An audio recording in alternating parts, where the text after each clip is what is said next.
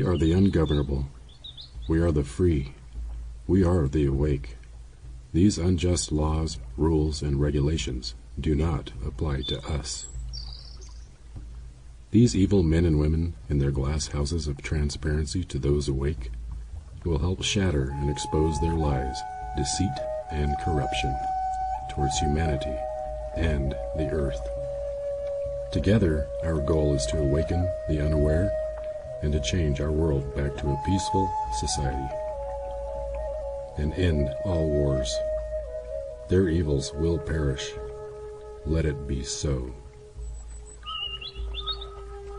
You're tuned into Awake Radio. awakeradio.us, awakeradio.co.uk, Awake Radio Australia, Awake Radio South Africa.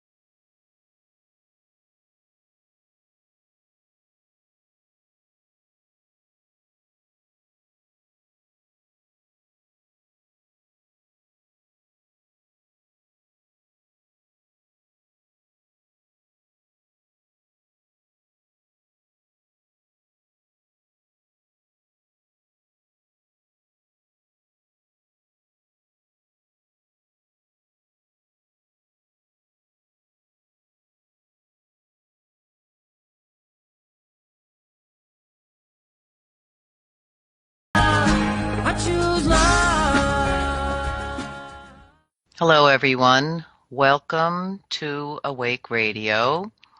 This is Barbara Three Crow with Turtle Talk. Again, I want to thank you, Patty Walking Turtle, for bringing me on. I love you, sis, and also to all the Awake hosts and listeners. You know, we're all spiritual warriors. I've been thinking about that a lot. We are fulfilling the prophecy of the Rainbow Warriors. We've been talking about that on the shows. We're awakening and returning to the sacred circle. This is really very important to understand that sacred circle, coming back to that. And I hope that today you will find something that sings with your heart spirit. I want to share with you some things of interest to me and my perspectives, and a bit about the great mystery and spiritual journeys.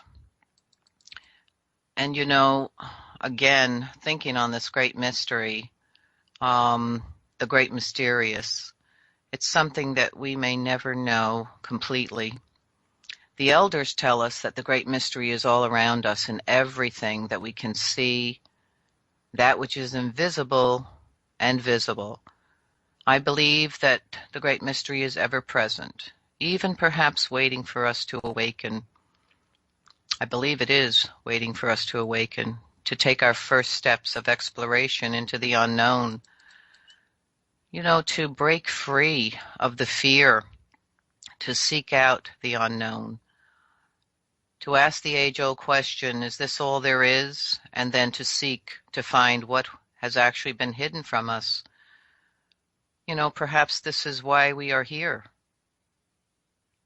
We are to become conscious of the spirit within us and know that our lives are a process of returning us to the light. If we do conclude that we are, in fact, the light, let us say that means divine, or sacred. That with this understanding that we should be living meaningful lives and have a conscious determination to ultimately return to that light, the light from which we originated. I believe this is what our process is here. A good focus, something to remember, because there is so much more, and I think that that is a part of it. The understanding that I have is that our essence is that light, meaning that we are sacred or divine. This implicates the personification of spirit, that a spirit is embodied within each of us. You know, this is not a new concept, especially the idea of a divine spirit that is embodied within us. It's spoken of by many mystics and teachers throughout the world. The term divine means transcendent, excellent, supreme, unequaled. We have to ask ourselves, are we not unique and superb? Are we not absolute? In my estimation, each of these words describe the original essence of every one of us, as we are all sacred children. The original essence would be joy, wonder, creativity, unconditional love, and fearlessness. All of these may have been taken from us. Our spirits may have been crushed. Especially when we're children, we are vulnerable to losing what is rightfully ours, which is to know that we are a sacred child. Now here we are as adults. We are working to redefine ourselves. We're struggling to heal and to find our truth, to come back to that original essence. The original essence remains within us. I think it has just receded to a very quiet place, but that is our truth. You know, over 20 years ago, I had been guided to teach the medicine wheel as a healing tool. Now, the wheel represents a sacred journey, one that we embark upon as a lifetime of movement through various stages of opportunity, challenges, and teachings. The medicine wheel, as I have been guided to utilize it, consists of the 4 directions, 4 sacred shields, and each of these directions consists of 3 sacred pathways, or the teachings that will guide us to discover our purpose, our original agreement, and to then fulfill our life's journey. To physically represent the medicine wheel, if you imagine yourself as that wheel, because we are the center of the wheel or the center of the sacred hoop, you would stand with your arms outstretched to the side and shoulder height, your left arm representing the west and the sacred feminine, your right arm representing the east and the sacred masculine. Your feet would be solid on the ground, representing the south, and that's the foundation. Your head would represent the north and wisdom. Your heart represents the center of the wheel and the bridge that connects the west and the east gates.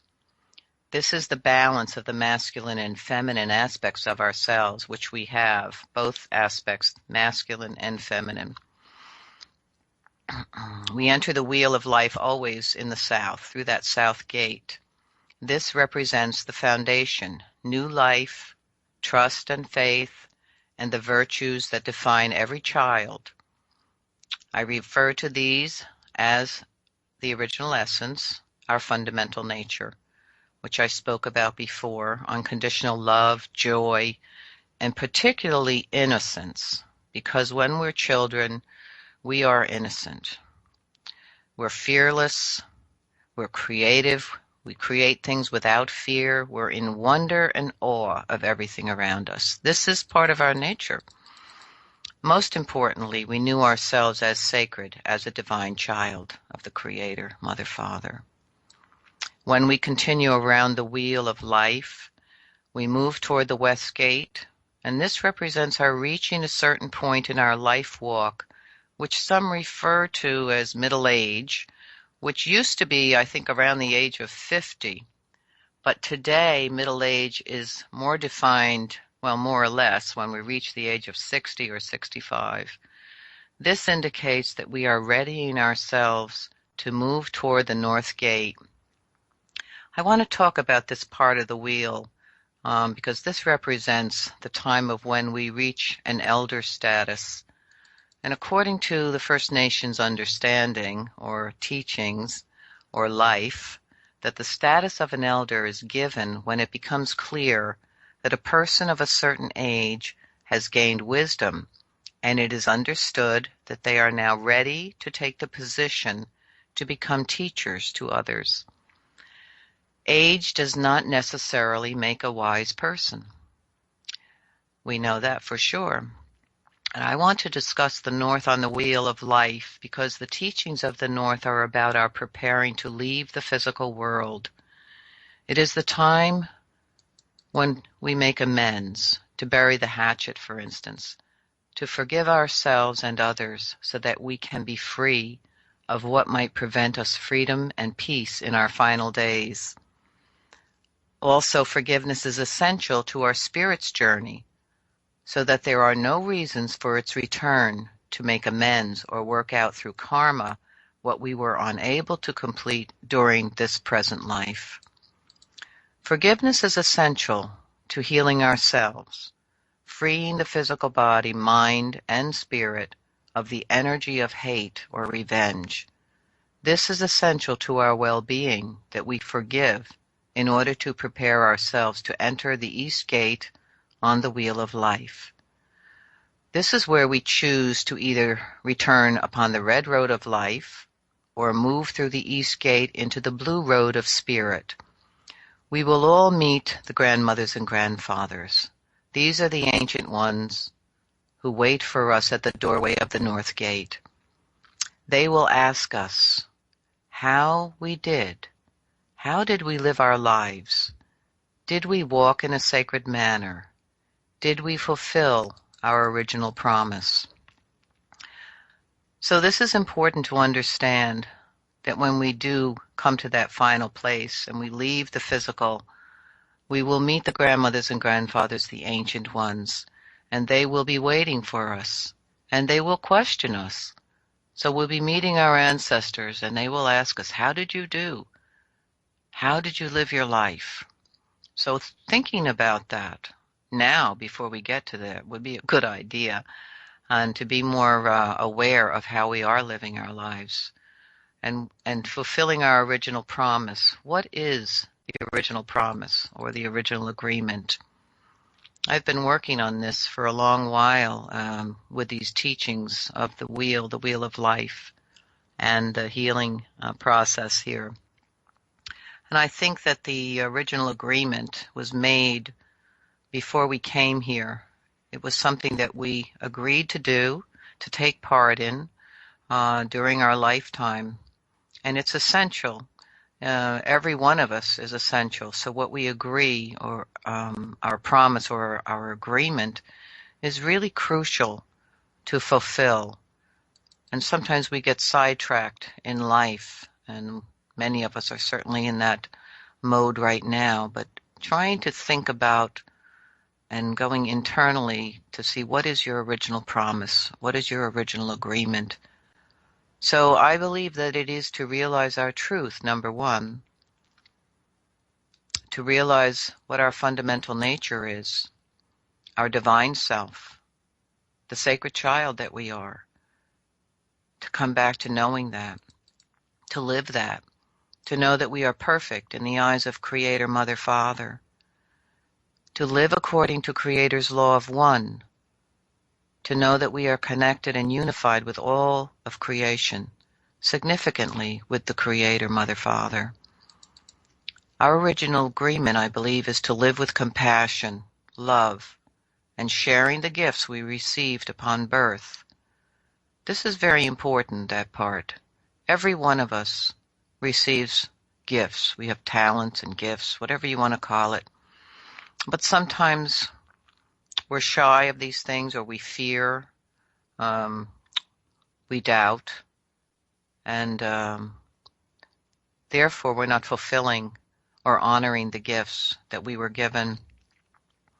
I think it is to deepen our relationship with creation, to nature also. This is key, very, very important. It is essential for our survival to be in relationship with nature, with creation. It is to know the power that we were given to make a difference, to rely upon the wisdom within us. We all have that wisdom. We all have been given great wisdom. To understand the universal law of one, which is our connectedness to all of creation through our thoughts, our actions, and our beliefs, the sacred rule of ourselves, to know ourselves as frequency, or the sacred rule I call it, frequency as energy and our powerful effect upon the whole, the sacred web especially, and all creation, to know that we are not powerless and that we are not alone. There are things that prevent us from fulfilling our original agreement, which I spoke about: fear, doubt, and the negative beliefs that we have about ourselves. But I found in myself certain things that I had been, I guess I had agreed to do. I think I found that out. And but I didn't really realize it, and I was on another path, in a whole other direction. And I've come to understand that when we make an agreement, when we make a promise, and we come here and we're far removed from it, that Spirit will do everything in its power to get us on track. And this comes through a story that we call the medicine story. The medicine story, well, we all have medicine stories, I think. It's explained in the First Nations tradition as a spiritual challenge, for instance. Spiritual challenge, it's an opportunity, one that comes as a life challenge or even from a tragedy. We are all given an opportunity in life to grow and to learn. Spirit has that plan. I call it the divine plan. You know, there are times when we need to move, we need to change, and we're too stubborn or dense to hear the guidance or see the signs. But I see it that Spirit needs us somewhere, and we're not moving or making the changes necessary for us to be at a certain place at a certain time. Spirit will often hit us with what I call a 2x4. So that 2x4 could be an accident, like I said, or some kind of tragedy. This is when what is happening to us is supposed to wake us up, to help us to move forward. It is most often something so difficult, even life-threatening, and if we are not able to see the gift within these experiences, we will not change, we will not grow, and we will not fulfill the original agreement. Now, my medicine story came as a life-threatening diagnosis of breast cancer. And like most people, I was completely unaware that I was supposed to be moving in a different direction because I was very happy and satisfied, I thought, with where I was. And this was about 20 years ago, actually. And I had already made some dramatic life changes up to that point. And I felt I was doing fine and comfortable in my life. And there was a period of time during that time when I kept receiving this message that I needed to begin to gather women into circle. Now, this was an unusual request for me because I was not really involved in anything as far as teaching or healing or counseling. And I had no idea what I was being asked to do. And I was really fearful of change at that point and doubtful. I kept questioning, well, why are you asking me to do that? What does this mean? I have nothing to say. You know, I'm fine the way I am. And this is what we the dialogue that we kind of have with ourselves when we feel the pressure to make change or move forward. So this went on for about 2 years. This request kept coming. And finally, I heard a message that after 2 years that I was going to be diagnosed with breast cancer. And that year, I found a lump in my breast, and it was diagnosed as malignant, as a cancer. And that sure spun me around. I started to change my life. I stopped working. I started saying no more often to people. I started focusing on myself, changing my eating habits. I started meditating more and praying more. And during a time when I was in meditation, I received a vision. And in that vision, this face appeared to me. And this face was quite startling. It looked to me like a mask, a ritual mask, ceremonial mask. The eyes were wide open, the mouth was wide open, and the tongue was sticking way out as though it was expelling something. And there were markings along the cheeks and the forehead and so on, like lightning bolts and colors. And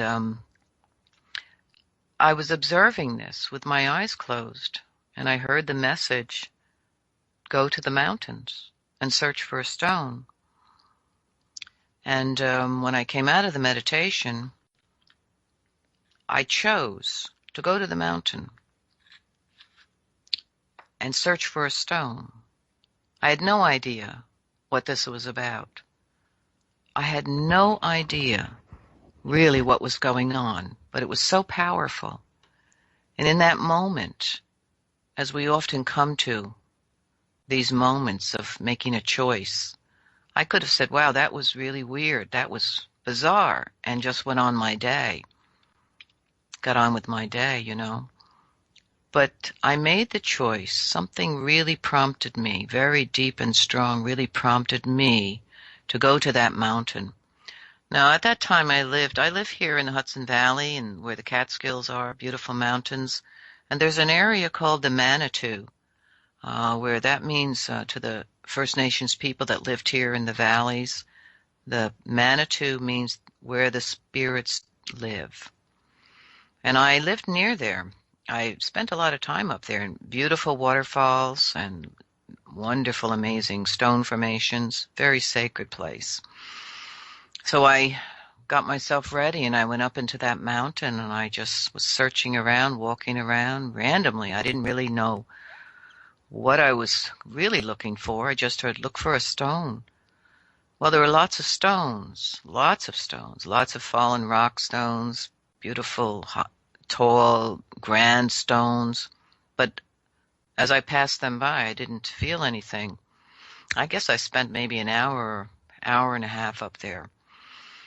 On my way back down the mountain, down a pathway, different pathway, there was this rock slide to the side, and I was guided, told to go over there. And at the edge of this rock slide, there were many, many stones that had fallen. There was one right at the edge, and that was the one I was told to pick up. When I looked at that stone, I guess it was 4 or 5 inches across, almost circular, not quite, maybe 2 to 3 inches thick. I looked at the surface of that stone, and the stone itself was formed with hollows for eyes, a ridge for a nose, and a hollow for a mouth. It was almost like somebody took a chisel and chiseled this out already. And I was guided to pick that up. And I went back to my house, back to my studio. Again, I'm listening to this guidance. I think I was sort of in a zone, I guess you'd say. Not really understanding, but yet allowing myself just to be guided. And I placed the stone on the table in front of the window that overlooked this mountain, the Manitou. And I got out my paints as guided, and I started painting on the surface of what I saw in the vision. And at that time, I didn't realize it, but the colors that I was using, that I was guided to use, were black, red, yellow, and white. Now I know now, much later I found out, well, these are the 4 sacred colors, and the colors of course, all the nations. So I painted the outline on the eyes and the colors and the line for the nose and the mouth, the circle, and the tongue, a red tongue sticking out. And I painted lightning bolt shapes on each side, that I saw in the vision. But during this time I was painting, I started to hear these voices chanting or singing. There were women's voices singing and singing. And I went into, I guess you would say, a trance. Yes, I'd say it was a trance. I was taken into another place. I was unaware of the room that I was in, and I was just enveloped in the sound of the women's voices singing and chanting. And I started to follow the chant and the song. I don't know what it was. It was words that I didn't know, a language I didn't know. And I don't know how long this went on either. I have no idea. But when it was finished, and I was finished with the painting on the stone, I just stood there. I guess you'd say I was just dumbfounded, blown away. It was amazing. It was extraordinary. And I thought, it was one of those moments you think, what just happened? What just happened, So I heard that in my mind. I heard that this was a healing ritual, some kind of a ritual, a ceremony, an ancient one. And actually, 13 years after this experience, I found the writings about this, called a stone medicine, healing medicine of the stone people. The Crow Nation actually has the tobacco. The sacred tobacco woman, the spirit of the tobacco, brought them this ceremony. And it actually describes that when a person is very ill, that a stone spirit, will come to them in a vision and guide them to search for the particular stone, and then they are to find that stone and do a ceremony, and that stone will help them to heal. And this seemed exactly to me what happened to me. So after I was there and just sitting there quietly, I realized that the cancer was healed, and that I had another choice. I could either say, thank you very much, now I'm just going to get back to my old routine, or I could say, thank you very much, I am going to do what you asked me to do, even though I am terrified, even though I have no idea what you are asking me to do or why I should do this. And when I said that, I was told, this is about the coming times, women coming back to the sacred circles.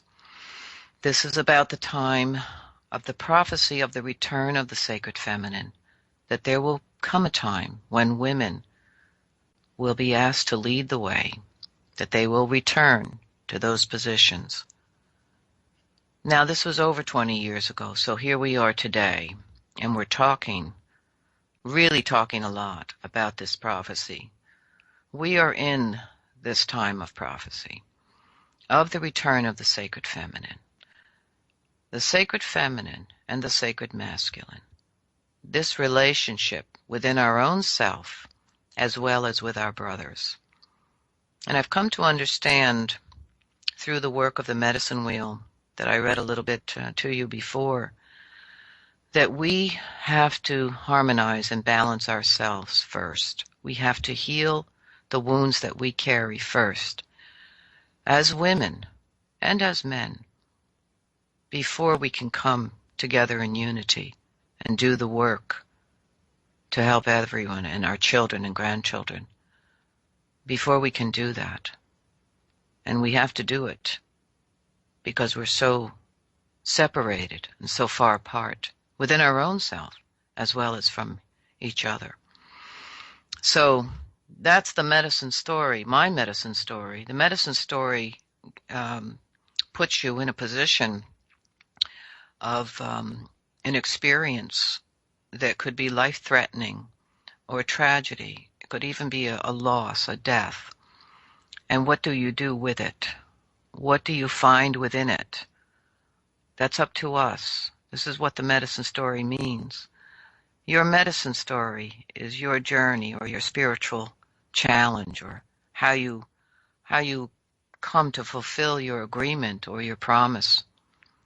So, over 20 years ago, I was on a whole other way of living. I wasn't following the Chungaluta, the Red Road. My heritage is Nanticoke, Lenape, Delaware, and Celt and English and German and all that.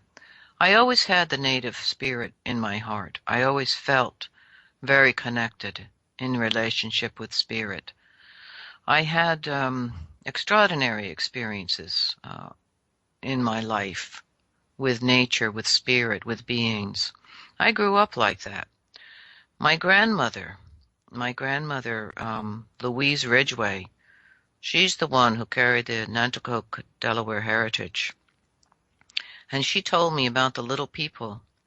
She told me about the fairy nation. She used to levitate tables with my aunties and my mother in the living room.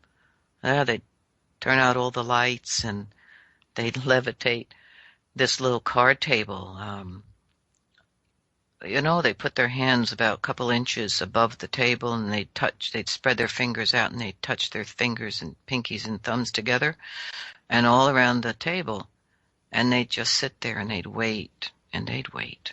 And it seemed to me like forever. Then after a bit, the table would start shaking. And my grandmother would say, "Oh, is this Eve? Is this Ev?" And my Aunt Ev, "Is this Ev? Tell us." 'Cause she passed away when I was young. That was one of her daughters. And she said, "Knock twice for yes and once for no." I guess that was the code. And the table would rock and it would slam down once, the leg would slam down once, or the leg would slam down twice. And I'd be there watching this. I'd be looking under the table saying, who's moving that table? I know somebody. I was just a kid. I said, I know somebody's moving that table. But, nobody was moving that table. So I grew up in a household like that. It was very common talking about the ancestors, talking about the spirits. And so this piece about forgiving, just to revisit that, because this is important. So my grandmother Louise, I loved her so dearly. And she died when I was 10. And but she stayed with me. She came to me. She was with me for many years in spirit. And my other grandmother, I was not so fond of her. She was a hard woman, very bitter. And of course, as a young person, I didn't realize the hard life she had. They all had hard lives. I mean, my grandmother Louise had like 13 children. Always saw her in rolled down stockings and an apron and her hair in a bun all half falling down. Cooking, cleaning. They had hard lives, but she had a different way about her. My other grandmother, her name was Tekla. She was angry and bitter. I found out many years later why, of course. But as a child, I didn't like her. I even really hated her. I can remember saying that I hate her. So, but these things we say when we're children, we behave like this when we're children because we don't understand, you know. But when they both crossed over, of course, when I was young, and I used to talk about my grandmother Louise in this way I'm talking to you now, and I'd share the stories about her. And then, of course, I'd share the story about my other grandmother, Tekla, because this is an important part of the story, because of how I used to feel about her. And every time I talked about her, I would say I didn't like her. I even hated her. She was mean. Well, what happened was, I guess I was like in my 20s, mid-20s, and I started to feel this pulling, sort of like a nagging feeling on my left side. Like somebody's pulling on your shirt, just taking a hold of it and pulling it and pulling it, you know. Now, I knew something was going on because, as I told you before, my grandmother Louise was with me for a long time after she crossed over. She would speak to me in the room just like I'm talking to you. I felt her presence too, but on my right side. It was not pulling or nagging. It was just an awareness, just a different presence. So when I started to feel this sense of pulling on me, I started questioning, what is this? What's going on? There's something happening here. Somebody's here. Well, I went to a friend of mine who was a trance medium, and they sort of go into that zone, into a trance, and they can communicate or receive information and guidance. Now, she didn't know anything really about my history, my grandmother's or anything. She said to me, "There's somebody with you. It's one of your grandmothers." She said, "It's your grandmother." And she said her name, Tekla. And she wants you to forgive her. She wants you to forgive her so she can be free. And that was pretty stunning because I had no idea. I had no idea that because I kept holding on to this memory, this past experience of how I hated her, how she was angry and bitter, I didn't like her, that was an energy, that I was basically tethering her energetically here to me and to this plane, to this earth plane. So I did a little ceremony, I prayed, and I certainly told my grandmother. I found out about her life, how hard it was for her, that I loved her, and I did forgive her. And I also asked her to forgive me, of course. So I healed that. I broke that tether. I broke that energetic tether that kept her and me in an energy that is not harmonious, that is not balanced, that is not where I wanted to be.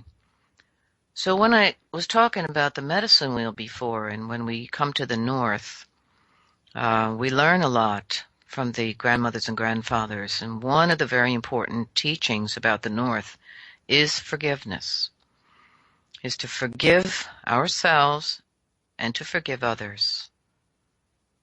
Because if you don't do that, you're holding an energy, and that energy can cause sickness for yourself and others. But it certainly energetically creates, a stagnancy, and also in the cases of those who cross over, or even ourselves, will tether us here and tether others. So I just wanted to share a little bit about that. The stories, the medicine story is really important because we all have a medicine story. The medicine story comes when we have a challenge in our life, when spirit needs us to move, perhaps. In my case, it was I needed to make movement big time. It moved me 360 degrees in a whole other direction.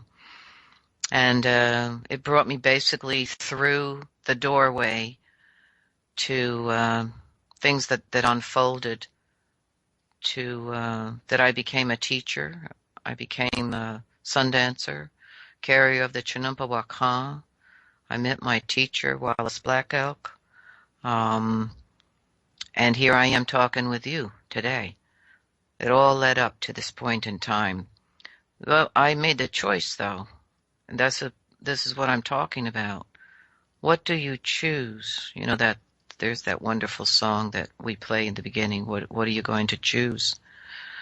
You know, because we're always going to meet the moments in time when we have to make a choice.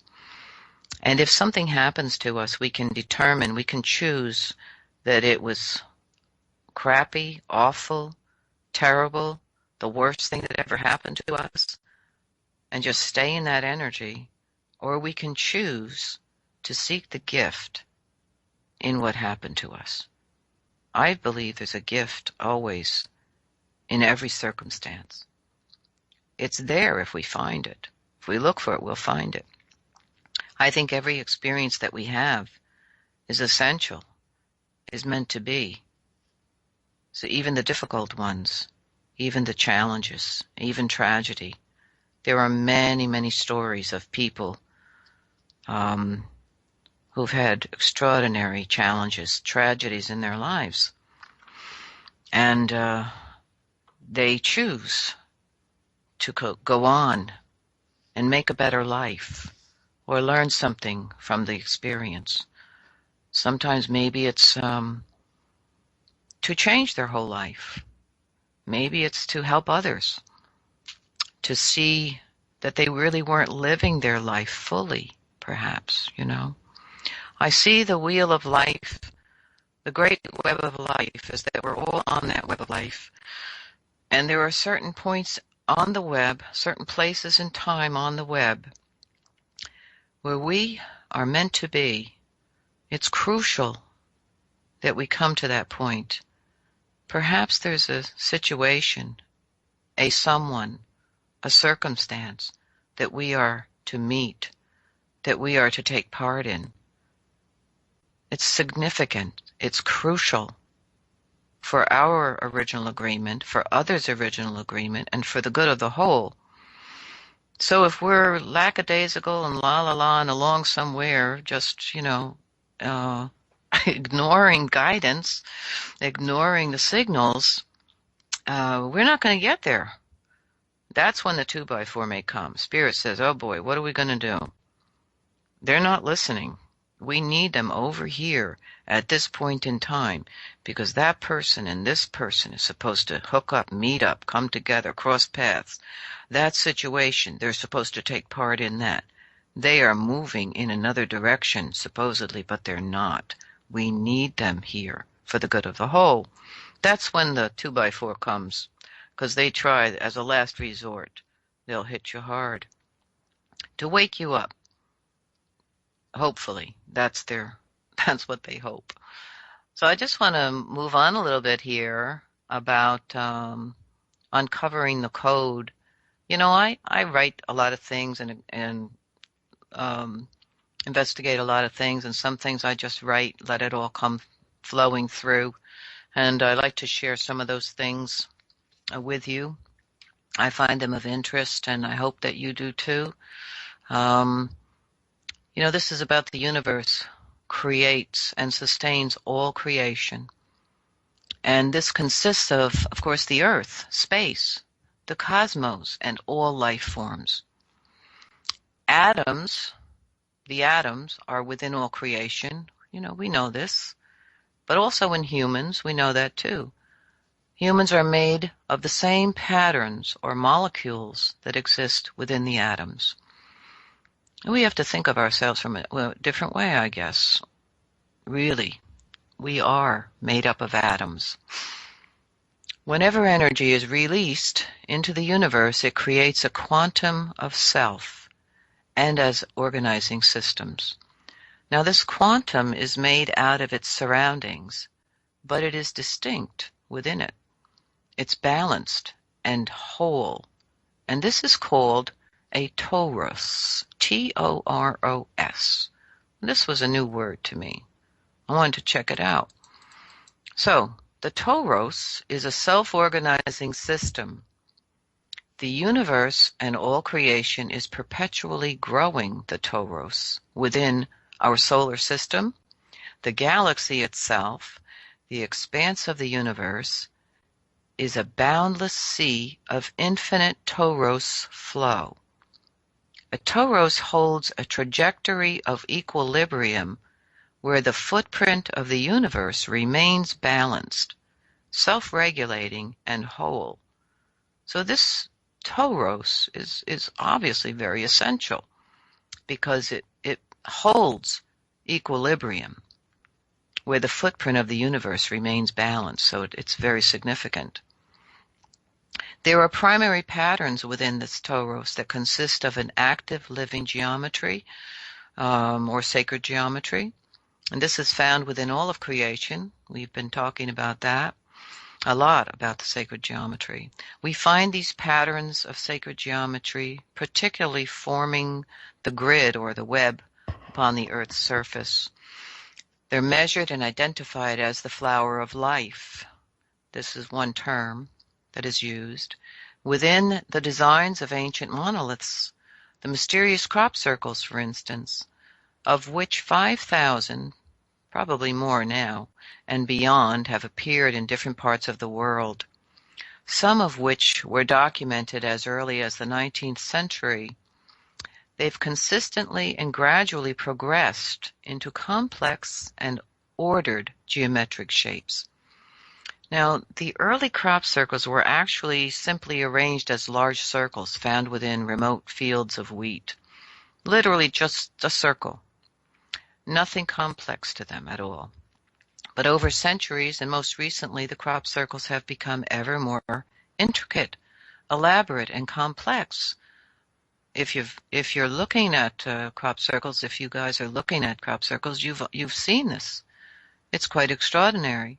And more recently, the complexity of crop circles have led some to discover how they are comprised of sacred geometry, specifically relating to the Fibonacci sequence or the order of numbers theory that is proven to exist within all of nature. Could it be that the simplistic structure of the early crop circles was due to the naive and unsophisticated era of the 19th century, and therefore the crop circle phenomenon initially was believed only to be some wandering cows trampling the fields of irate farmers? Now, I actually read about that, early crop circles, in an old book talking about phenomenon in the old country. And irate farmers in the old country thought that somebody's cows were loose and trampling down their fields. But actually, these were circles. They were formed in circles, but they were not cows wandering around. So I think, those were the first crop circles. Now, as the whole world changed, meaning we have become more sophisticated, and technology has been developed, so we are better able to observe the different stages of crop circles. Their development has in this century become highly advanced. An obvious progression, as I see it, from simple circles to the highly complex geometry of today, which is leading us deeper into discovering the mysteries of creation. I think this is part of that, like we're talking about the great mystery or the mysterious. The unfolding complexity of crop circles appearing before our eyes seems to be communicating to all of humanity from some higher intelligence. There's many arguments about that, about what that might be. Or at least this would seem to be a communication, a communicator that hopes to elevate humans to a higher intelligence, I believe, through the emerging complexity of these designs. In other words, the intelligent being or creators of these increasingly complex designs, have from the beginning of contact kept their designs at a level that could speak to the population as near to its capacity and intelligence at any given time throughout history. So that's my take, my perception, what I feel is going on. That the original crop circles were just these circles, flattened down circles in ancient times, and over centuries and centuries to this day they have become more complex. I think they're in alignment again with our technology and our intelligence, but also leading us, almost like drawing us with these signs deeper and deeper and deeper forward and deeper into questioning and discovering and curiosity. Yeah, curiosity is good. So here's something on mystical teachings. That's what we're talking about. We're talking about mystery, the mystical things. You know, you have to empty yourself of yourself. They call it dying to yourself in some cultures, to experience and to live in the truth and light, to become the light, to know the truth. This is only revealed through our experience and through the silence, through that void or the quietness. When we empty ourselves, we find the light within us. And this is that the wisdom is within us, everyone and everything. The secret remains a secret until it becomes part of our experience. Within us is the secret center, or the core of our being, and this is where we find spirit. This is where we find that essence, that sacred self. When we come to know the spirit that resides within us, we are brought into a deeper understanding. This is when we attain enlightenment, and we understand our connectedness to the source. We experience the sacred unity with the Creator. We become conscious. This is the time when we become conscious and we become awake. So I wanted to just change the focus here a little bit and share with you something about, we were talking about this yesterday or the day before, I think on one of the talk shows, about the earth chakras. I did send a link out, I think on the chat, the 7 key energy vortices of the Mother Earth. You know, I've written a lot about the matrix, the divine matrix we call it, or the web of life. You can go online and you can look up the grid, the Earth's grid, for instance. Well, we call it, in the First Nations way, we call it the web, the sacred web. But it's the grid, and it was originally created there as energy lines, like ley lines, the grid, the web. But these energy lines, ley lines, they act like if you look at, for instance, when you do acupuncture or acupressure, we have these energy lines. They're the life force lines upon our body as well. So we have what is called a matrix point on our body. That is, for instance, where you would put the acupuncture needle in, or apply pressure if you were doing acupressure for healing or moving the flow, the chi, it's called, the energy, chi. The matrix point on the body, okay, there's many of them. The Earth has her matrix points as well, but they're called telluric points. A telluric point is a high energy frequency point on the Earth. We could say they're the highest frequency points upon the whole of the Earth, and they're throughout the whole of the web. And these chakras, the chakras on the earth are found in those telluric points, as are many sacred sites, aside from these natural chakras. Meaning sacred sites, meaning that they were placed there by ancient cultures. A monolithic structure, or as we call it, maybe an altar. And also there are natural sacred sites as well.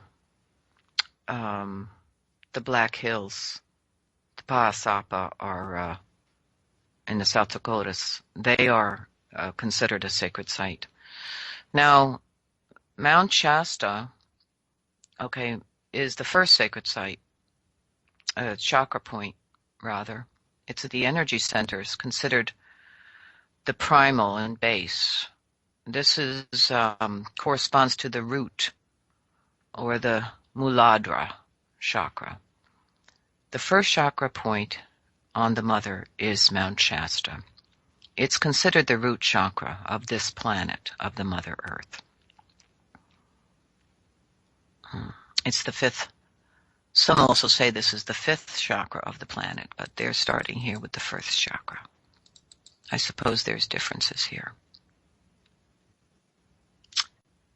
That's where the universal life force is considered to gather before it becomes life, and it representative of the geysers which rush to the surface, for instance. This is called the chi, or the force of Kundalini energy.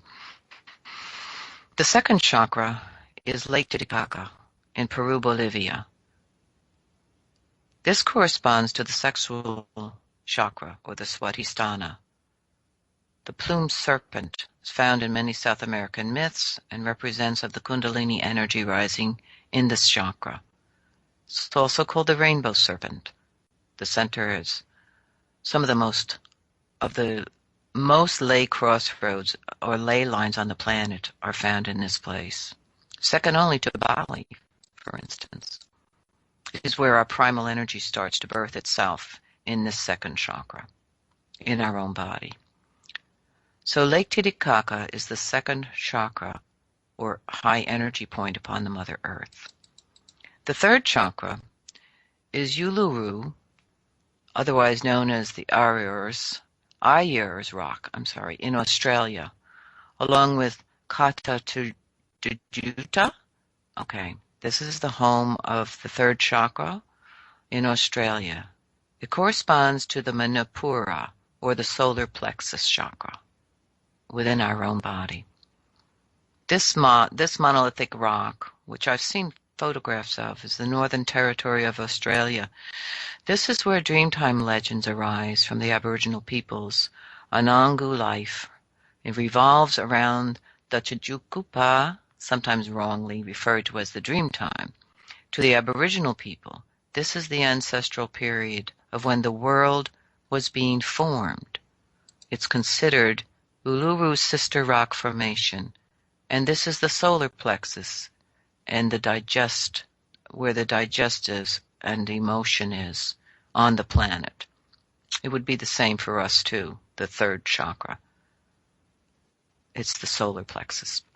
The fourth chakra is the heart chakra. Now I find this very interesting because this heart chakra here it is in Glastonbury, in Somerset, and Shaftesbury, Dorset. This comprises, they say, the center of the world's heart chakra.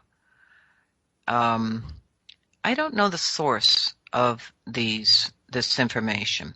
I do know a lot of these sites. I've known them before.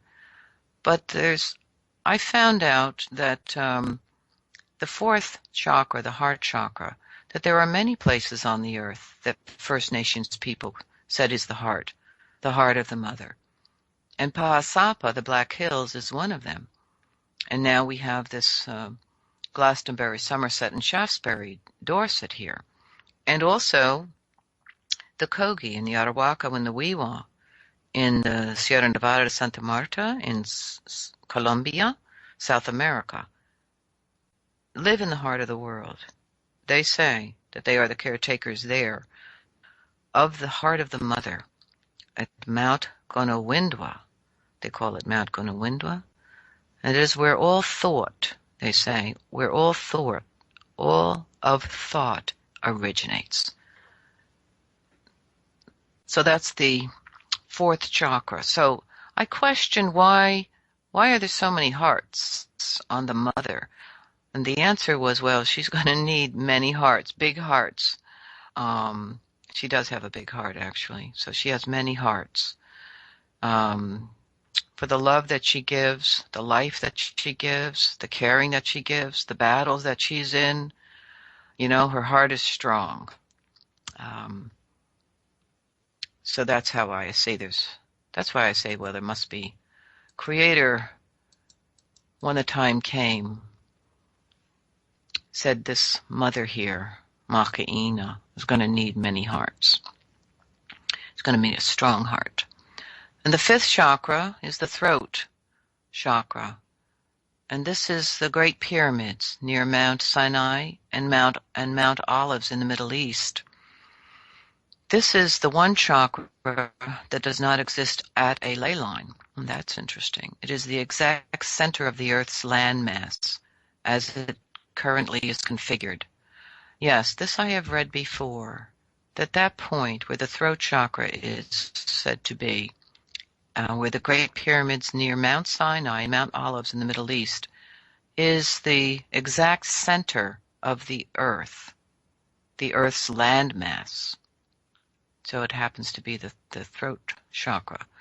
It's considered to be modern-day turmoil here. There's just a note here I'm reading. In the Middle East is considered to be the cries of the mother, or the voice of the planet calling for help. I think I said that yesterday when we were talking about the sounds, the strange sounds that have been being heard all over. We were trying to, just think on, well, what would these sounds, there's a lot of ideas, a lot of thoughts about it. And I said, maybe it's the Mother Earth crying for help. Here, someone else has the same viewpoint. So the sixth chakra is the pineal gland, or the third eye chakra. Of course, that's the point between your, right between your eyebrows on that little ridge there, sitting right up above there. The chakra, okay, this is the pineal gland, the sixth chakra of the mother. And that is in Western Europe. Interesting. This chakra can shift. It is called the Aeon Activation Center and is now considered to be in Western Europe, but will likely move over the next several thousand years. Well, that'd be interesting. That's very interesting. Okay. This opens the portals, we know, and allows extra-dimensional energy to enter this world. That's their viewpoint. But it does for us. The third eye does serve that purpose. The seventh chakra is the crown chakra, or Mount Sahasrara. Let me say that again. Sahasrara, the thousand-petaled lotus, the highest energy center. This is in the Himalayas. It's in Tibet, and it's considered the roof of the world and also our Earth's crown chakra. And just a little bit more here on this is the highly developed consciousness of Tibetan people, as evidenced through the Dalai Lama's teachings and indicative of the energy that resides at the crown chakra of this planet, the seventh chakra, the crown chakra. So I've just gone through the chakras here of the Mother Earth and also spoke to each one of your chakra points, telling you where they are as well. And so the ley lines or grid consists of these places, these telluric high points on the earth where these chakras are known, the Mother Earth chakras, or the high points, telluric energies. And many sacred sites, as I said, were placed upon these. Now there's natural ones, of course, that I just read about, but then there's many monolithic structures that the ancient people placed upon the telluric points that aligned with the grid and aligned with each other throughout the whole of the earth. So we're talking a conscious awareness of energy, not only of course, of creation and the earth, but of the ancient people. The ancient people understood that the uses of energy, the uses of frequency, they use certain type of elements, certain type of stone to create these monolithic structures. And they utilize these structures using sound, frequency, tone, instrument, voice, the quality of voice, or the cadence of voice, the cadence of various instrument, or drum, if you want to say, or rattle, or various other elements to activate the frequency or energy of the stones at that sacred site. And like the chakra points, like our own energy lines within our own body, when you place a needle at a point, a matrix point, and you leave it there, and then you place another one, several inches away on the next matrix point, they are activating the energy flow or the chi throughout your body, releasing it of blocks, releasing it of illness.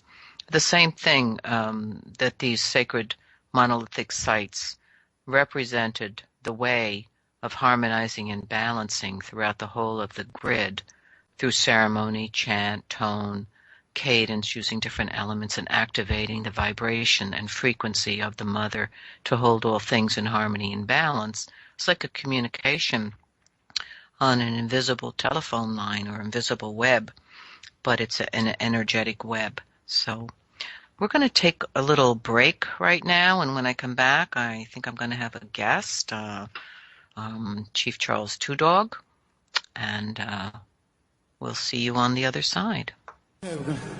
What? Hold on. Well, I'd like to introduce you to the band. Oh, I'm sorry, I've done that. I'm being funny. What are we going to do now? We're going to do a song. I tell you, this song is really, it's basically, it's made me a lot of money. That's what it's basically done. No, apart from that, I wrote it while I was on a train. Oh, God. It's really true. And I was thinking of Alfred Hitchcock at the time and his lovely chin. And if everybody could, love Alfred Hitchcock, I think it would be a better world, don't you? What?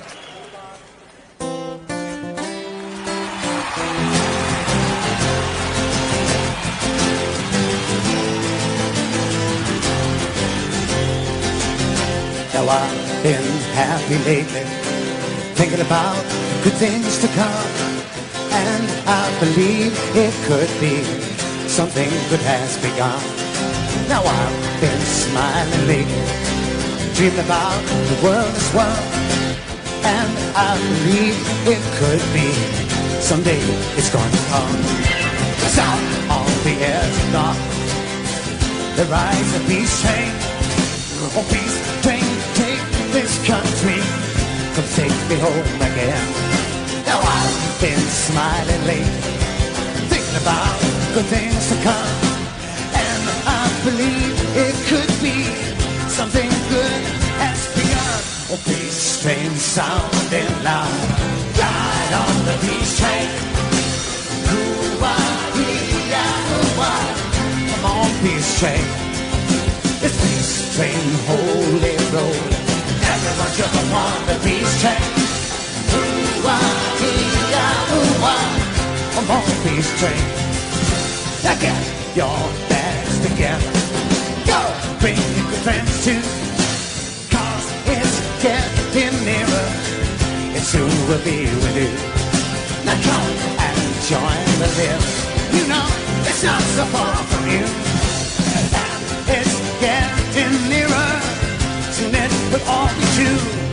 Oh, peace train sounding loud. Ride on the peace train. Oh!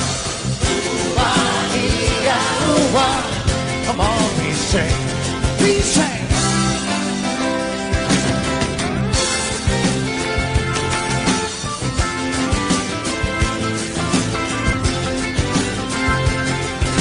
Now I've been crying lately, thinking about the world as it is.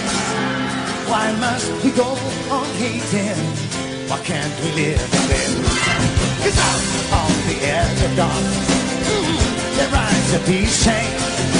A peace train, take this country and take me home again. A peace train sounding loud, ride on the peace train. Ooh-wah-ee-ah-ooh-wah. Come on, peace train. This peace train, holy road. Everyone jump on the peace train. Ooh-wah-ee-ah-ooh-wah. Come on, come on, come on. Let's come on, peace train. Hey, yes, it's a peace train. Hey. Oh, oh, oh. Ooh-wah-ee-ah-ooh-wah.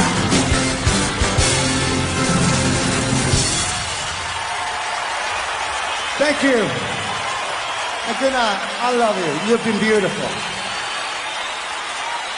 Thank you.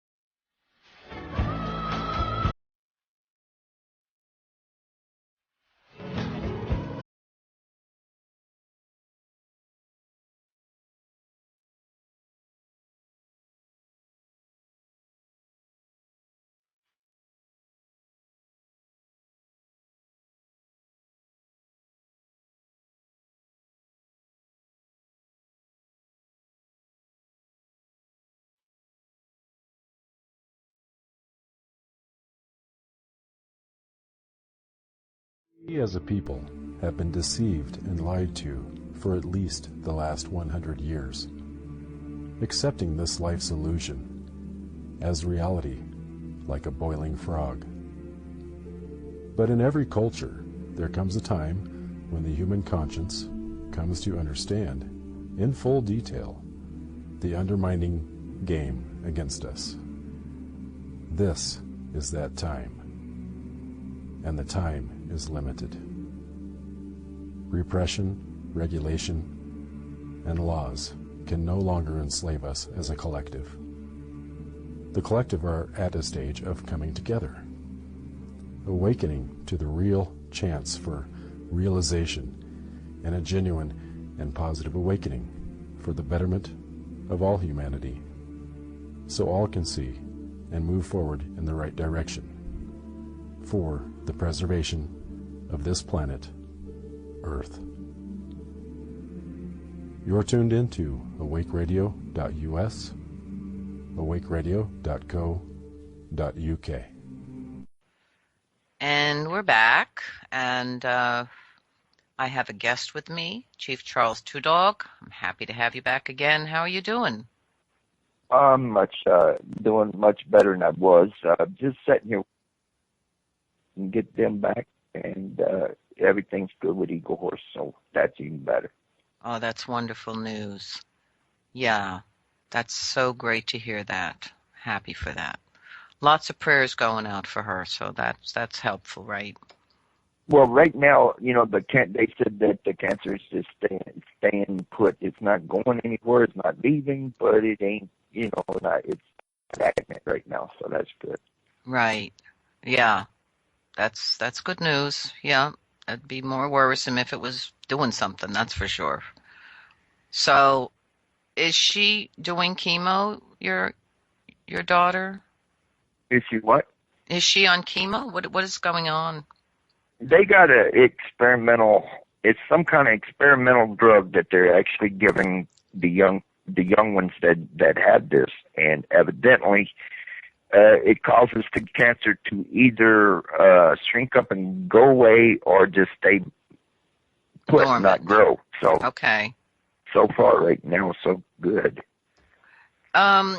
Can I ask you what kind of cancer it is?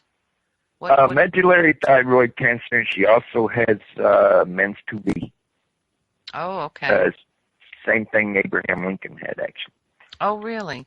I find it so interesting. I happened to be just perusing through the news the other day. I didn't go into this, but, oftentimes they just show these little children with cancers and their struggle and battle with cancer. And it just seems to be so many children. Something, I don't know, it just seems to be. Well, what they actually said, especially this child, is it was some kind of mutation. They actually took blood from Winstar and myself to see if it was on either her side of the family or mine. And of course, it come out clear. So it's what they're saying is it's some kind of mutation. She actually got this when she was born. So I really don't know. Wow, that's very strange, and I find these excessive accelerating cancers in little children, I don't know, it just seems to me accelerating. And of course, I look at the environment, I look at the food, I look at, the chemicals, I look at the water, I look at all of this. When you hear these spikes of cancer and certain groups of people, even families, you just wonder. I always say, what are they drinking? What water are they drinking? What are they eating? That's always my first take. What I'm understanding, she's 16 years old now, so she's had this cancer for 16 years, and she's just now hitting 76 pounds, so she's too light to what you would say ovulate, so basically she's, the blood lodge is not starting with this child yet, of course, but right. Sometimes some people go, well, that's them trying to stop us from, procreating. Yeah, exactly. Well, I don't know. These days, I guess we have to look at all possibilities, I never look at nothing but all possibilities and everything. Exactly. That's just, I have to. Exactly. I agree with you. We have to. I was going to read this piece here that I've had sitting in my files for a while. And I thought it was quite beautiful. And I know that you would really get this piece. But this man, White Bison, he wrote this quite a while ago. It's called 7 Philosophies for a Native American Man. And I thought this would be helpful for all of our brothers, because I know when you speak about the way of a warrior, for instance, and that you speak to all brothers, black, red, yellow, and white. Definitely. So I'm going to say that too. I just feel this is a beautiful piece here. It's to the women, the first one, written by this young man named White Bison. And this is really for not only for the men, all of our brothers of all nations, but for the women too. It's part of what we need to know and hear as well. So the first philosophy is to the women. And the cycle of life for a woman is the baby, the girl, the woman, and then the grandmother. And these are the four directions of life. She has been given by natural laws the ability to reproduce life. We call them the life givers, right? The most sacred of all things in life. Therefore, all men should treat her with dignity and respect. Now, he says, and I know you'll agree with this, and I do too, there was never was it our way, never was it our way to harm a woman mentally or physically. Indian men were never abusers. They always treated our women with respect and understanding. And so he says, from now on, this is his, I guess what he's making a statement. I will treat women in a sacred manner. The Creator gave women the responsibility for bringing new life into the world. All life is sacred, so I will look upon women in a sacred manner. In our traditional ways, the woman is the foundation of the family. I will work with her to create a home atmosphere of respect, security, and harmony. I will refrain from any form of emotional or physical abuse. If I have these feelings, I will talk to the Creator for guidance. I will treat all women as if they were my own female relatives. This I vow. The second philosophy is to the children. As an eagle prepares its young to leave the nest with all the skills and knowledge it needs to participate in life, in the same manner, so I will guide my children. I will use the culture to prepare them for life. The most important thing I can give to my children is my time. I will spend time with them in order to learn them and to listen to them. Well, teach them and listen to them. I will teach my children to pray, as well as the importance of respect. We are the caretakers of the children for the Creator. They are His children, not ours. I am proud of our native language. I will learn it if I can and help my children to learn it. In today's world, it is easy for the children to go astray, so I will work to provide positive alternatives for them. I will teach them our culture. I will encourage education. I will encourage sports and art. I will encourage them to talk with the elders for guidance. Mostly, I will seek to be a role model myself. I make this commitment to my children so they will have courage and find guidance through the traditional ways. The third philosophy is to the family. The Creator gave to us the family, which is the place where all teachings are handed down from the grandparent to the parent and to the child. The children's behavior is a mirror of the parent's behavior. Knowing this, I realize the importance for each Indian man to be responsible to the family in order to fulfill the need to build a strong and balanced family. By doing this, I will break the cycle of hurt and ensure the positive mental health of our children, even the children yet to be born. So from now on, I will dedicate my priorities to rebuilding my family. I must never give up and leave my family only to the mother. I am accountable to restore the strength of my family. To do this, I will nurture our family's spiritual, cultural, and social health. I will demonstrate trust, respect, honor, and discipline. But mostly I will be consistent in whatever I do with them. I will see that the grandparents and community elders play a significant role in the education of my children. I realize that the male and female together are fundamental to our family life.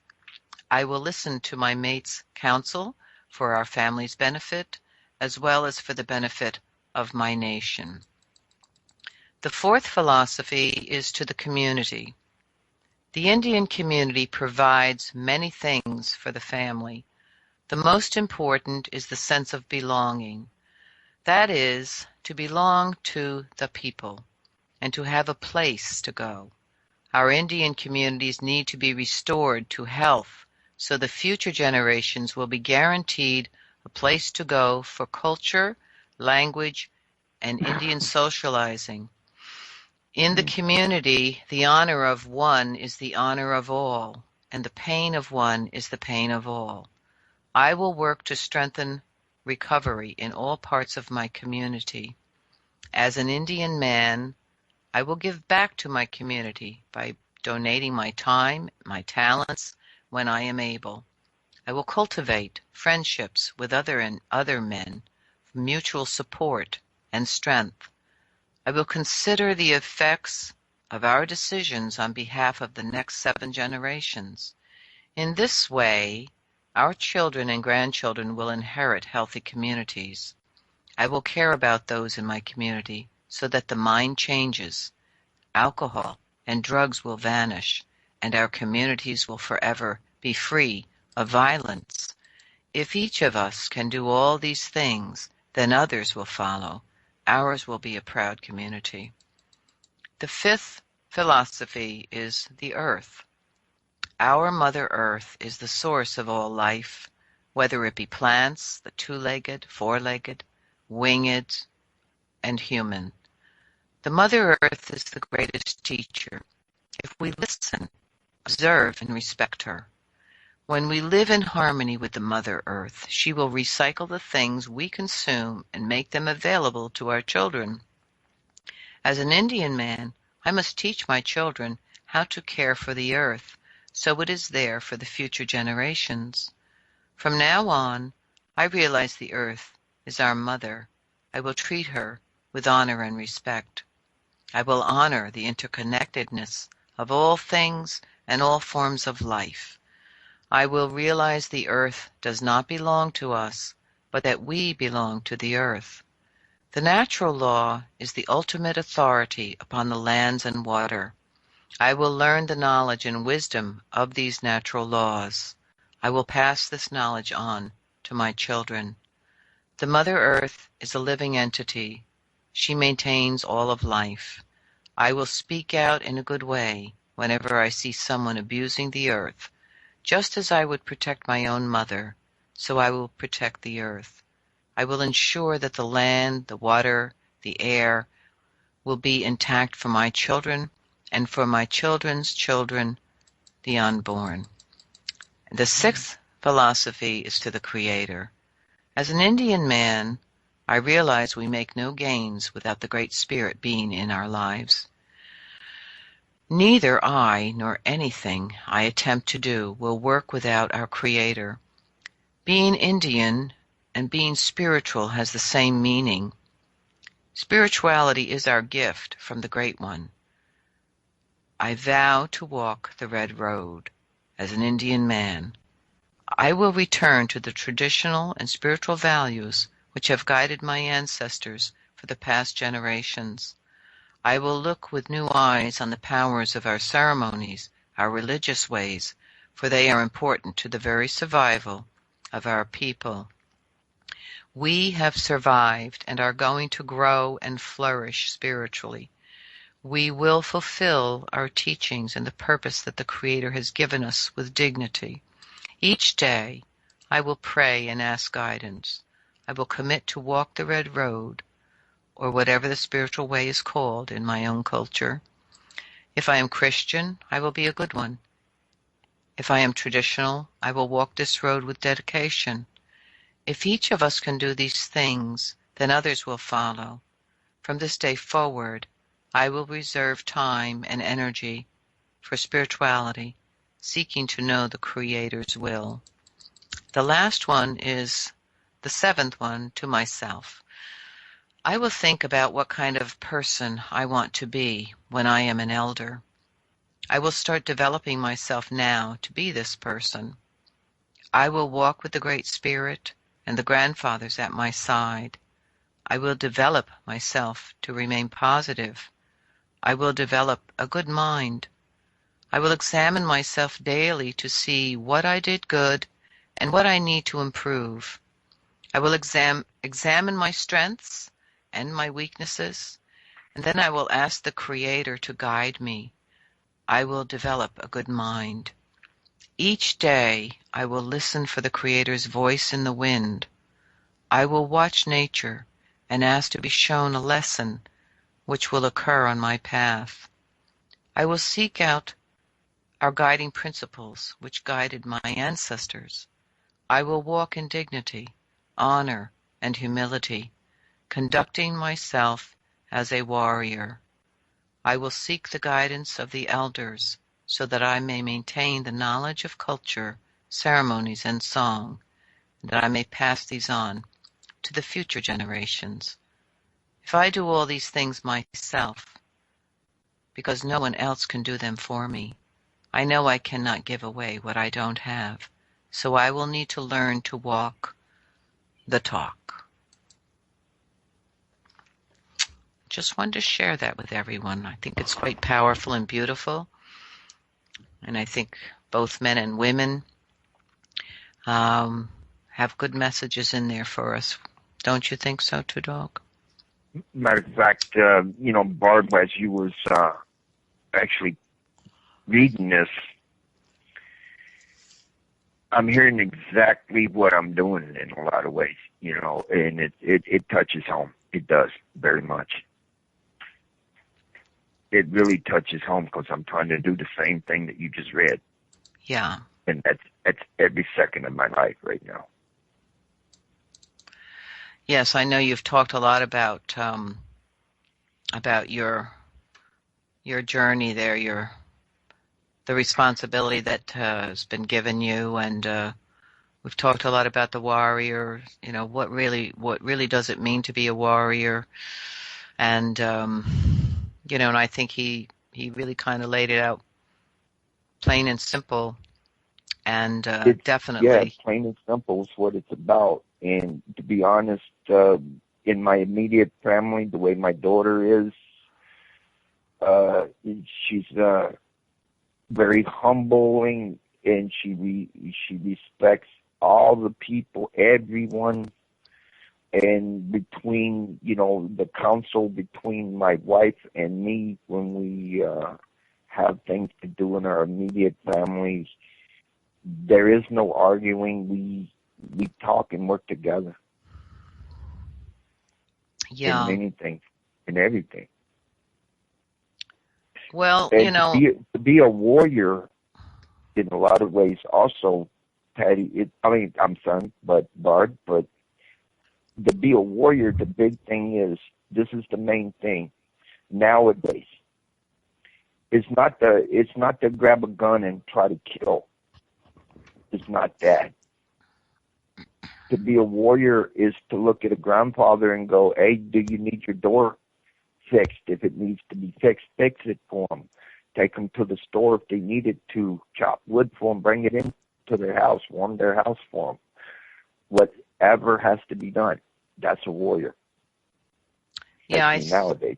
Yeah, I think it's the concept of a warrior has basically gotten all pretty screwed up. Certainly through the media and through movies, and everybody's idea about a warrior, is about killing, excessiveness, machismo, I guess you'd call it. It doesn't make you. Also, Barb, with me, being a warrior is, I have a whole lot of trouble with, say, a man doing, pushing a woman around. I do have a problem with that. I will let the man know about it politely. If it gets any worse, that's up to him. But Right. my main point is we're here on this earth borrowing the mother for our children. And we think 7 generations up. But we're also here to take care of our elders and especially to honor, love, respect, and protect the life givers of our nations. Without them, there would be no nation here or anywhere. Yes, and that is a very ancient way of being of the First Nations people. And just hearing those words, to protect, to take care of and protect the life givers, that is the majority of others. It's so far removed from that knowledge, that wisdom, and the reasons why it's meant to be that way. The position of the male and the female, to understand that is so crucial for that balance and harmony between them. And then you have the sickness and the disease of violence and abuses escalating so much, in the cultures.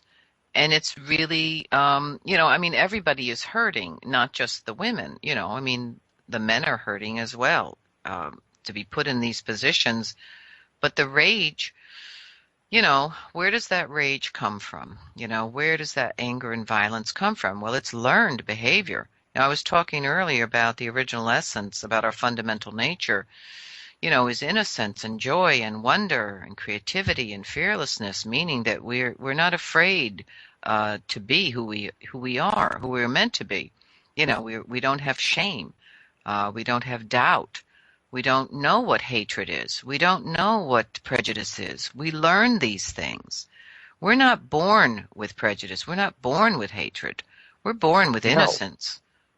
If you ever watch a child, if you ever watch any child, I don't care what child it is, whether it be black, white, yellow, or red, either, any. You put any child down with another child, they play with that child. There's no anger, of course they're curious, but there's no hatred there. Hatred is taught to generation. Yes. From, generation to generation. Generation to generation. The plan is still going. Yeah, that's right. That's exactly Hatred right. is taught. Yes, prejudice and hatred, it's instilled in you very young, and it comes from, the people hand it down, because it was done to them. That's what they learned. And where out the window goes your original essence, your own truth, the curiosity. You take me personally in my journey. In my journey, I have been a very, very angry young warrior in my time. Now, this is when I was much, much younger, Barb. But when you are pushed around and hung and everything else, I had that problem. But as you become a grandfather in this journey, you understand that having any animosity to, in your life with something or someone else only holds back the good journey that you're on. If you keep Wakantanka 101 in your Chante, in your heart, you walk this path, have no animosity toward no one, and I do not. Yeah. The only thing I said at the time that this actually happened to me is I pray for you, because only grandfather can help your heart. I hope your life is well. That's all. You pray for them. Yeah, you don't want to pass that. You don't want to pass that on. Turn around and give it to another person. That anger. I could turn it around and gave it to my daughter if I wasn't careful. Exactly. And I did not want to do that. Well, it's kind of sad to me, what's happened, I mean, I know that our brothers are really hurting, I mean, as a woman, I've worked a lot with women. The guidance I received was specifically to work with women, but over time I've also been working with men. They have the same pain, the same wounds inside of them. They've been hurt as well. They Yes, have we do. they have low self-esteem. They've been shamed. They've been bullied. They've lost their fundamental nature. They've lost their own truths about who they are. They have self-doubt. And to cover all of that up, well, the anger and the rage forces them to be, forceful and angry and have an attitude. And, so they're hurting too. And then, yes, and then they do turn around and put that upon their partner or, someone else or their children. And to me, this is a legacy that has to be broken. Somebody has to. We have It to has stop. to stop. It does. Yeah. It does have to stop. Some of the young people, they hear the old stories about, how it was back in the old day. But a lot of us, a lot of the young people have to understand, okay, is that they're on their particular journey. This is their journey through this life. Some of the young ones are going, we see on the idiot box, which we call the TV. They'll say, well, the white men beat on their women, so since we're defeated people, we have to beat on ours too, because they tell us that we got to be like them. Yeah. Therefore, the cultural malfunction.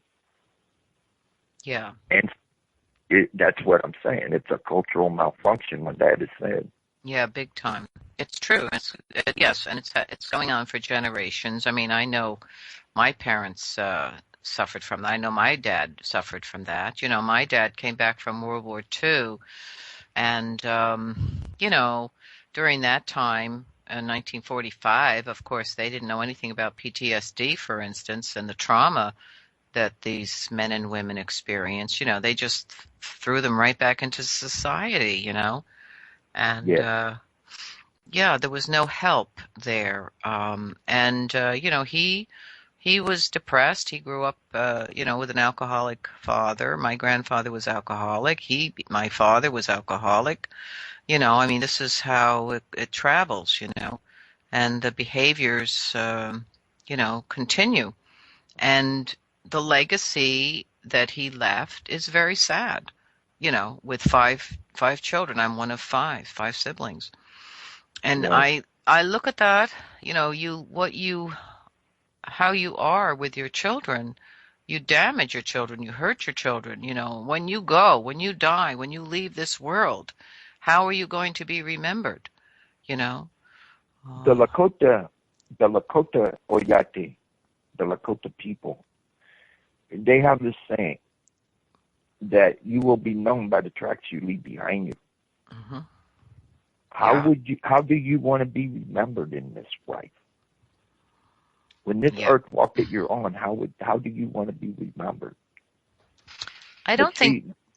In a lot of ways, Barb, what has happened with my own life is Lakota wisdom keeper. Let's go there for a second. Until a man learns how to cry, then he understands compassion, understanding. And I think it's been about 6 years now that I finally learned how to do that. Yeah. Because when I was a very young child to up into by the time I turned 50, I did not know how. Yeah. Never Yeah, did. that's well, that starts very early, that shaming, boys aren't supposed to be emotional, everybody has their labels, everybody's put in a box, everybody must behave in a certain way. And Right. this basically what I was talking about earlier, that your spirit is crushed. Your spirit is crushed. We have to repair our spirit. We're the only ones that can do it. We have to They have heal. tried to crush my spirit, but here's, in forever, but that has never happened. Well, your spirit is Yeah, strong. Yeah, our spirits are strong. I'm saying we carry a wound. They can crush your yeah, I have a spirit. big one, but Yeah, this is the thing. This is the thing I tell people all the time. In this earth walk, what I'm to do is to protect my women. Without them, there would be no United Western Lenape Nation, no nation anywhere around the world. So I am here to protect my women, my children, because they are the next generation, and I am talking for 7 generations up from me. I am only here taking care of this earth for them. And then it is the elders, because they have the wisdom. They have they are the wisdom. We have to protect our elders and take care of them and respect them instead of just putting them away and forgetting about them. That's another point. The fact is, I'm trying to take my nation and go backwards just a little bit and bring everything back that we can, as far as the Meteorological Society. That's 110% in this thing already. Yeah. Thank you, Grandfather. But also to understand that as a man, if we talk like this, it doesn't mean I'm weak. It means that I am here to protect, as a warrior, the women that stand with me, that I stand with. Yeah. Because without the women, there would be no nation for me to be leading. Well, that's, and you're speaking, of course, from the perspective of the First Nations people. Now you have Yes. the other nations who lost this piece, who lost this concept, who lost this understanding and connectedness about the 7 generations. They lost the wisdom of the elders. The elders are basically looked at as just old people who are bothersome, and Yes. and they're put away, they're discarded. And they hold the wisdom about, of how to live in a sacred manner, how the universal law, the law of creator of one, they hold the ancient wisdom of how to survive. And but they're just being pretty much discarded. So, that whole concept of being a warrior, a true warrior for the people, has nothing to do with bullying people, nothing to do with beating people up, or helpless people, beating them up, or killing people. It's just lost. That whole concept is lost. So yeah, it's definitely, we talked about the return of the sacred feminine, the clan mothers, the matrilineal system. This is crucial for all nations. This is where we are. If we don't heal these wounds, if we don't stop this behavior and these patterns, well, where are we headed? What legacy are you leaving as a man or as a woman if you are not compassionate and loving and nurturing to your children?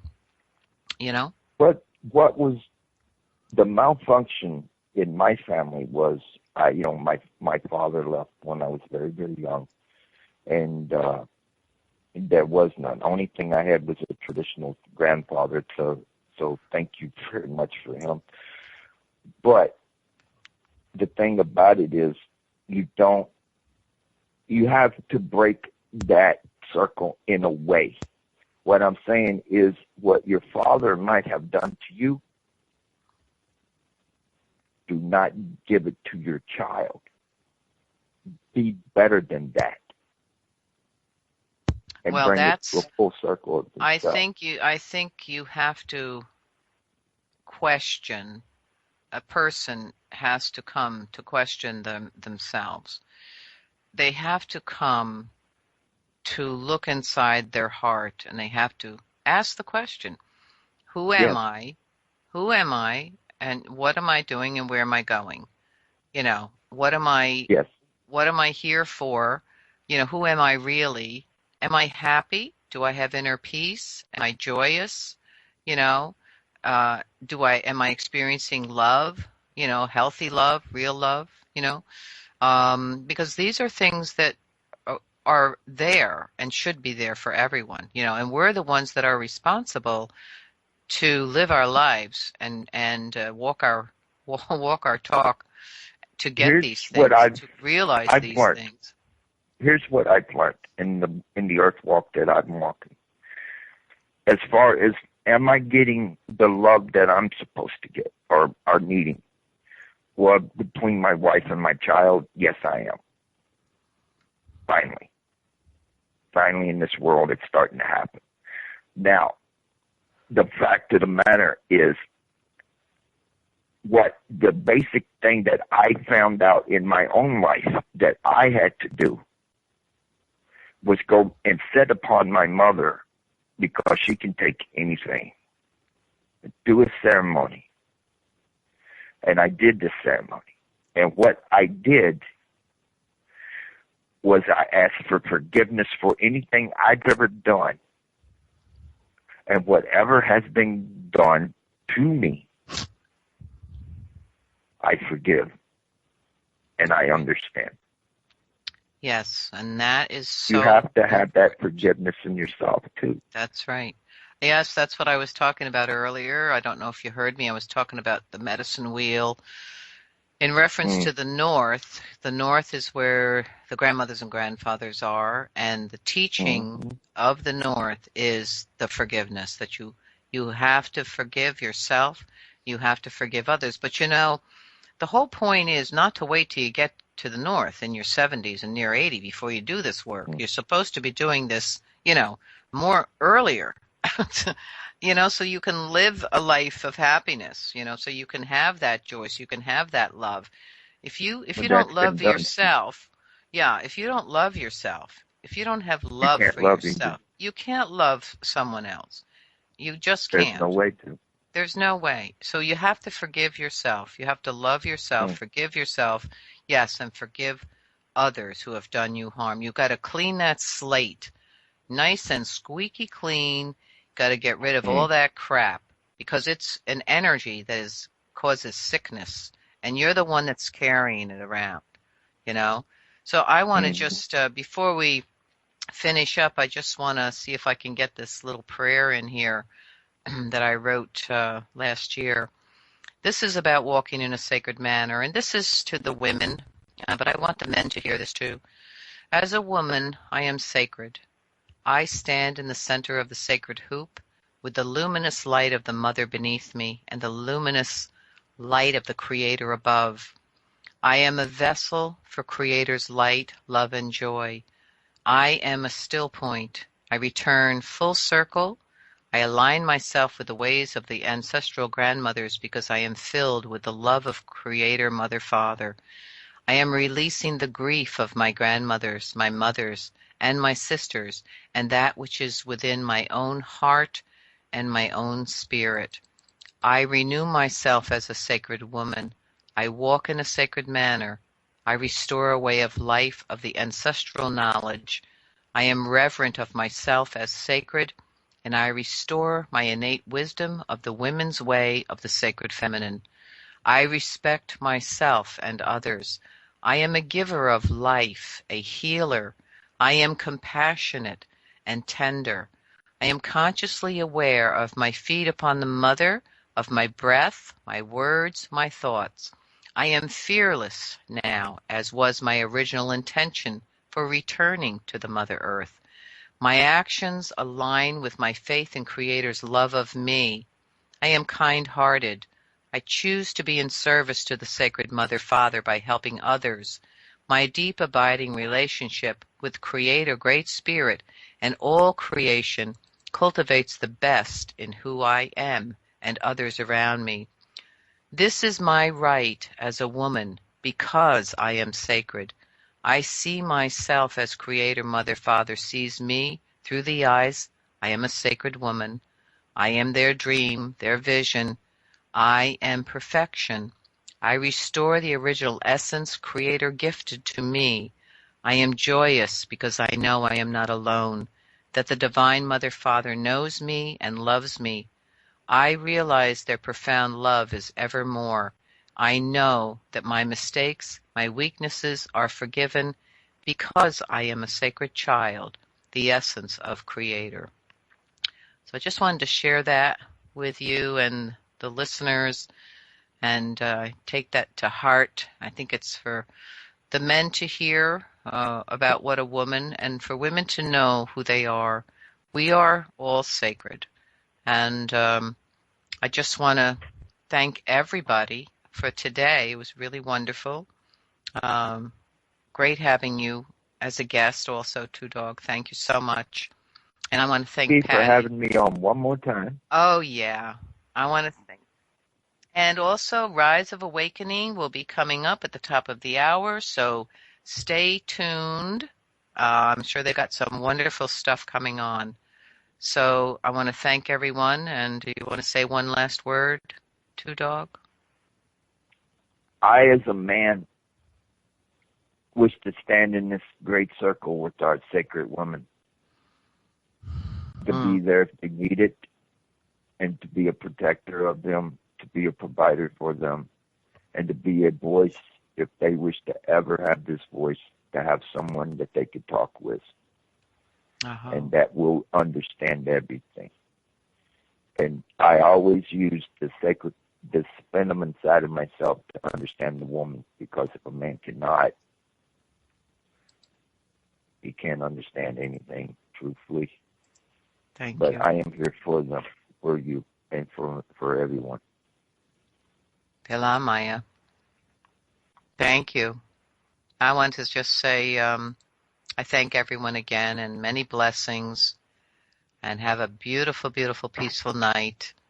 And Doksha Kiwon Chinkyan Tinkyalo. Wakang Tanka Kichion. Hello everyone, welcome to Awake Radio, straight talk for the awake and aware.